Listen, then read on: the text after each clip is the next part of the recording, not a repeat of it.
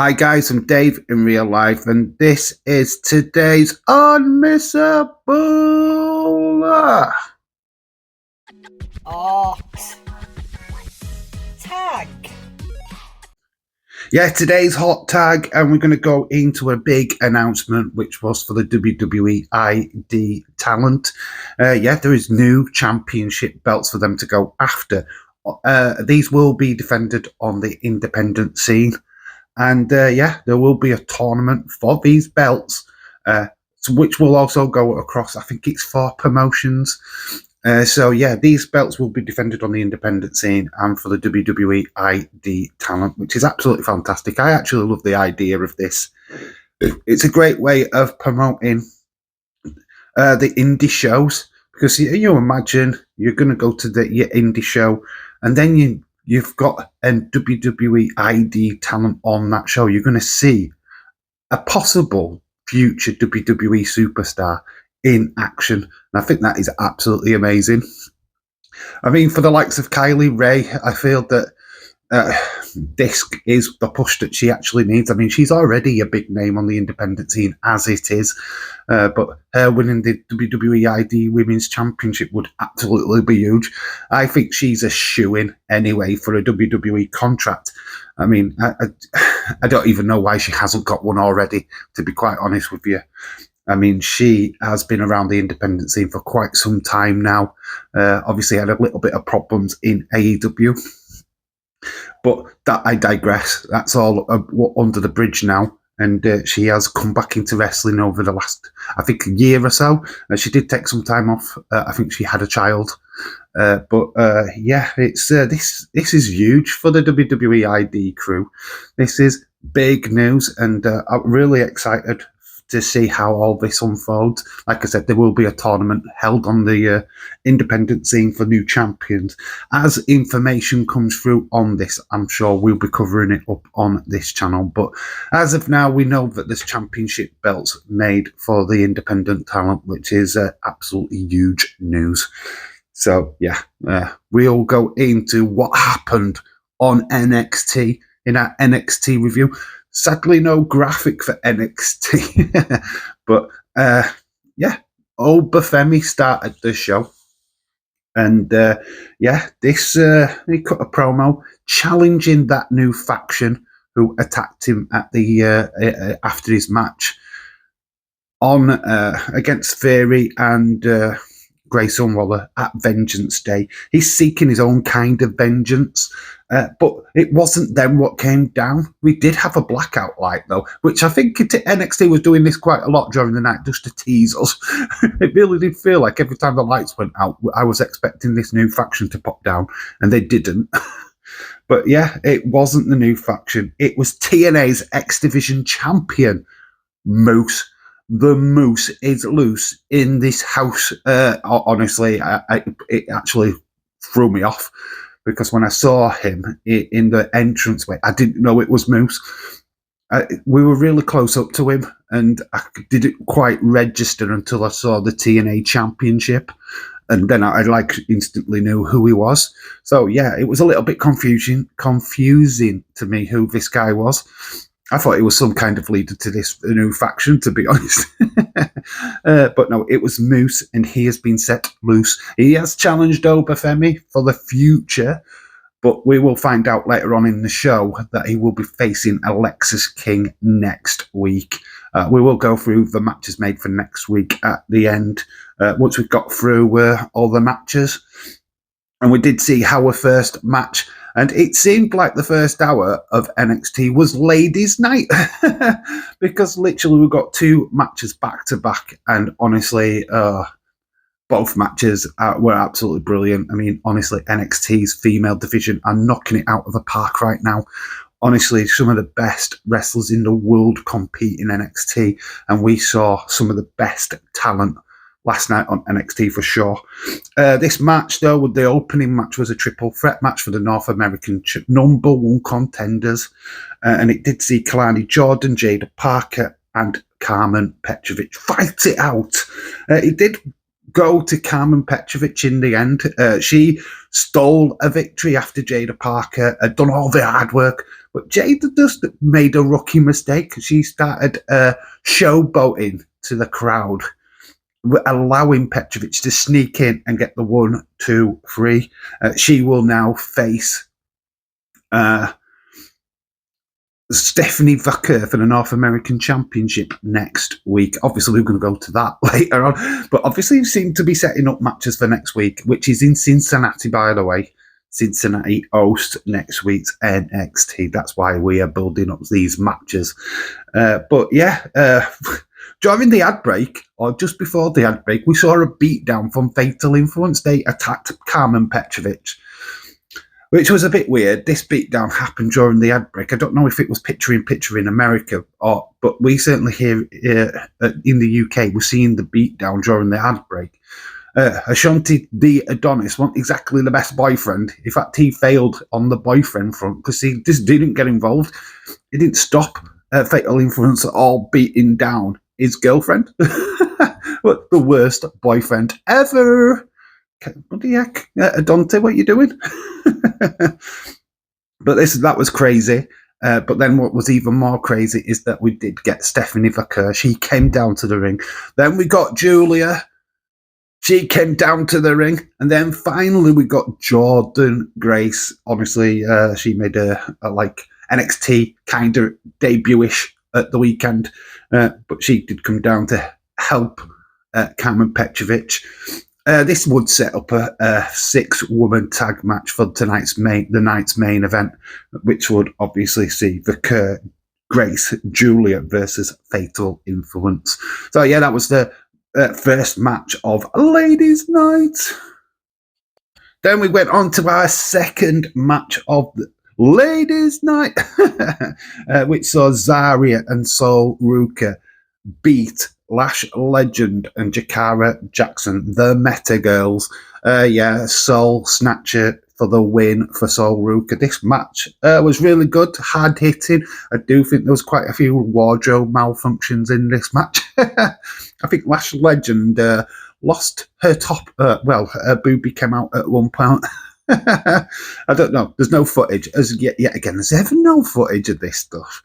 So it's really quite annoying. I want to deliver you the boobies, and I can't. I'm so sorry. You'll have to search for this yourself. That's just the deal.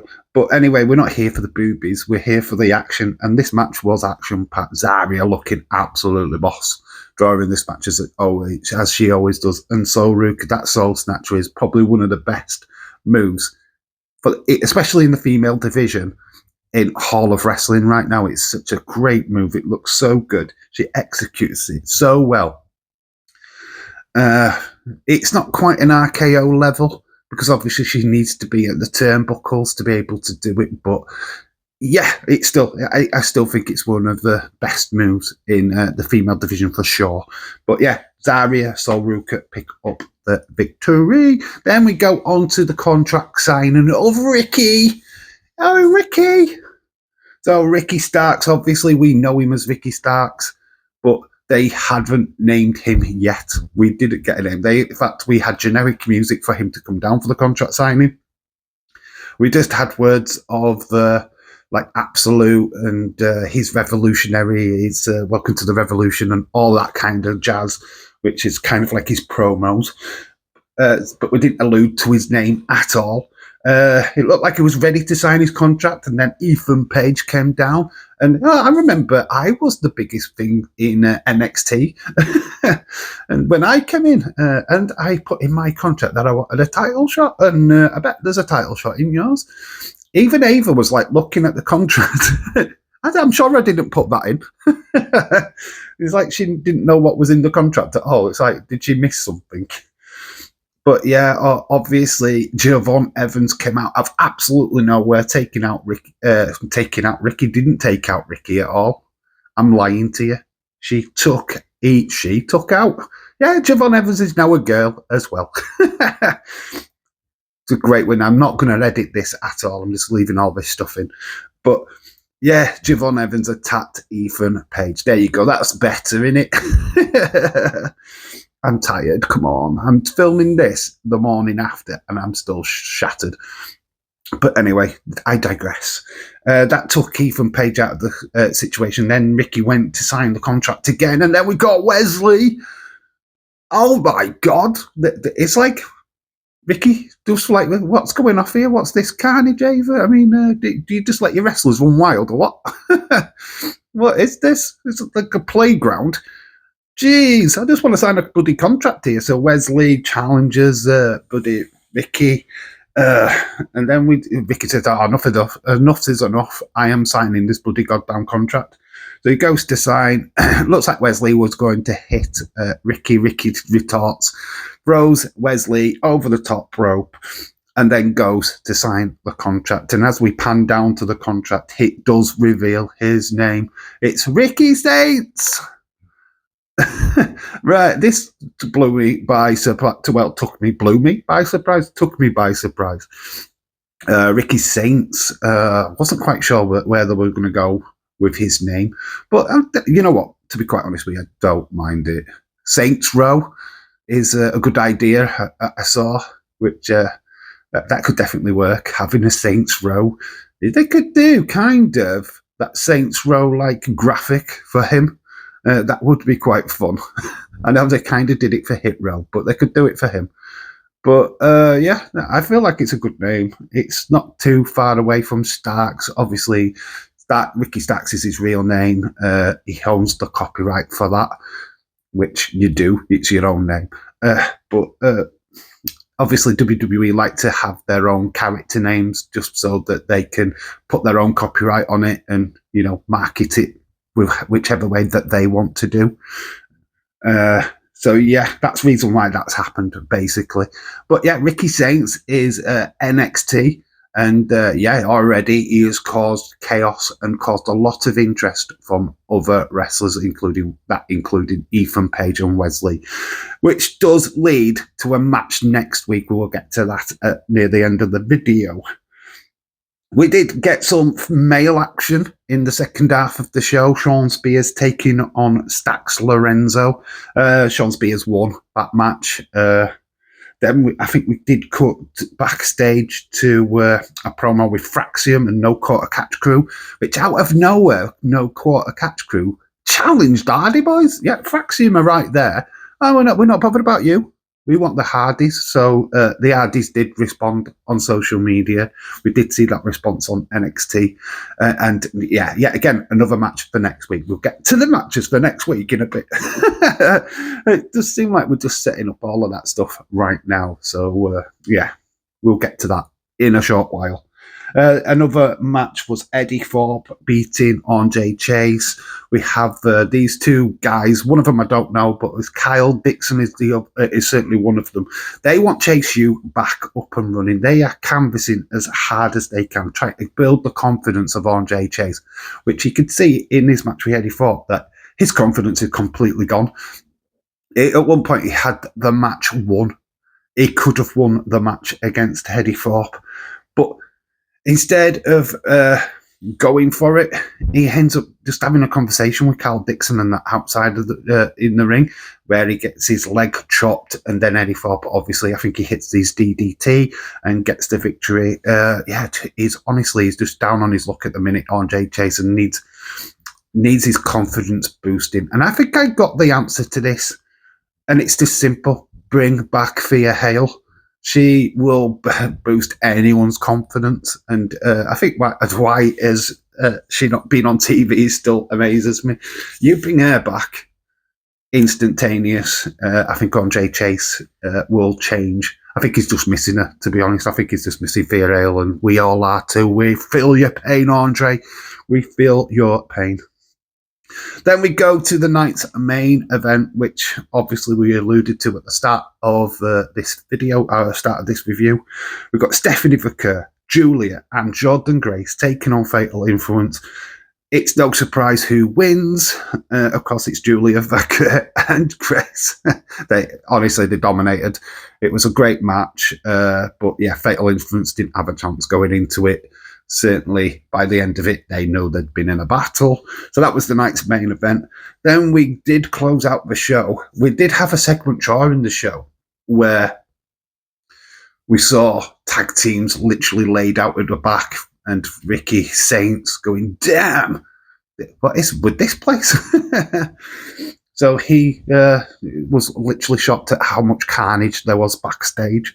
But this carnage is obviously by this new faction. We did see them in the NXT car park, but we went into Robert Stone's office, which was destroyed. Robert Stone himself was beaten up under his own desk or at the side of his desk. But written on the walls was, "No one is safe."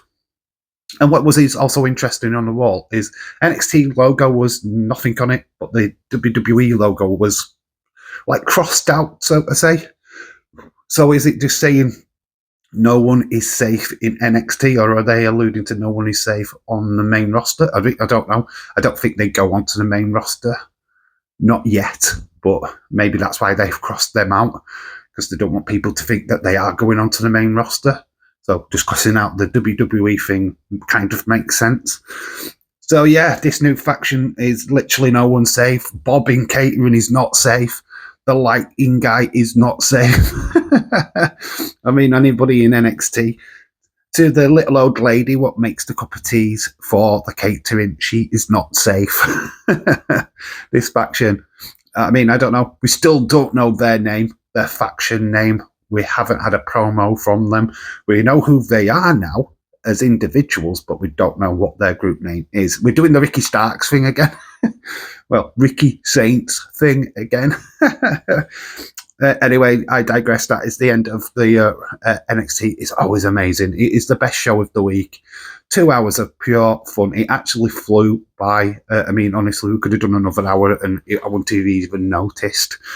It was that good.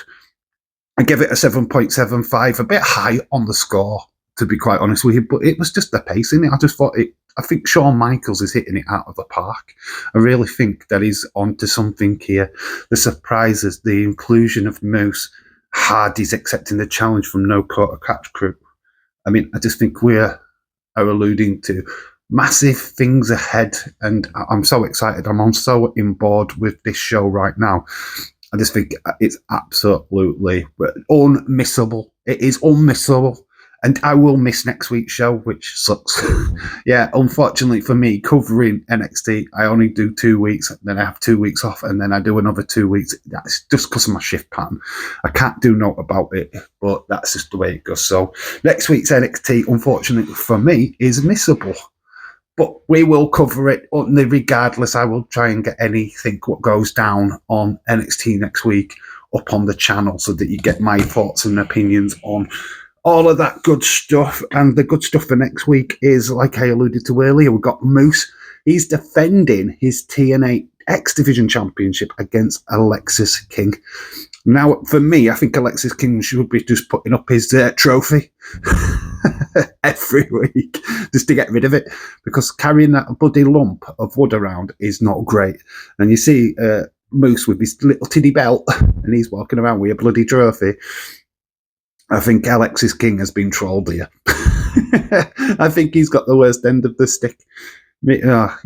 Why can't I have a belt, Sean? Can I have a belt, Sean? I'm fed up of carrying this flipping trophy. It's bloody heavy. I can't get it in my luggage.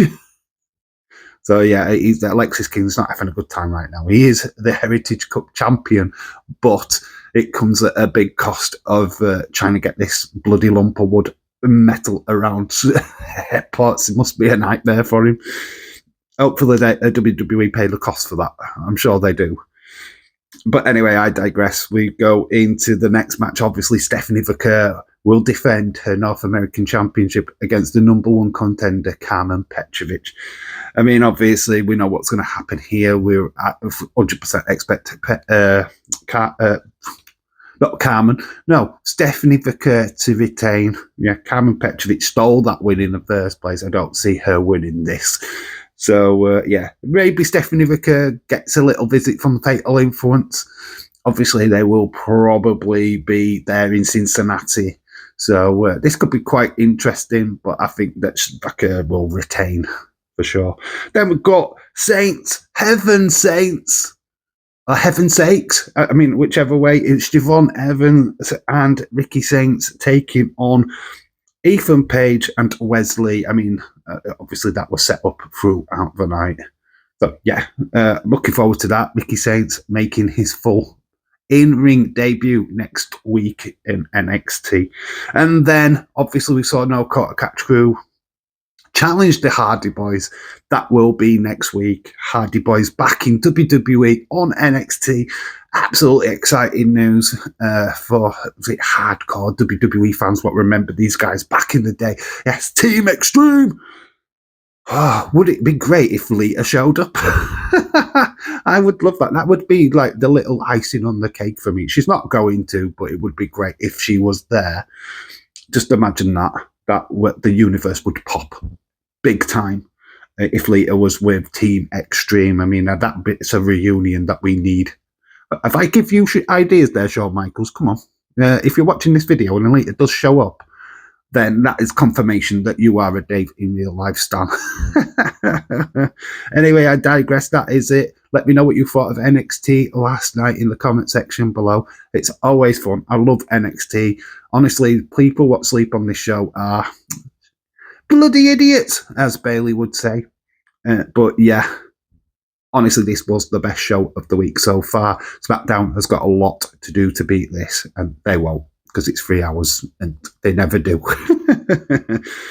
But anyway, I digress. It's the end of the video. Let's go home. I'm Dave in real life. You guys have been awesome. Until the next time. Bye for now.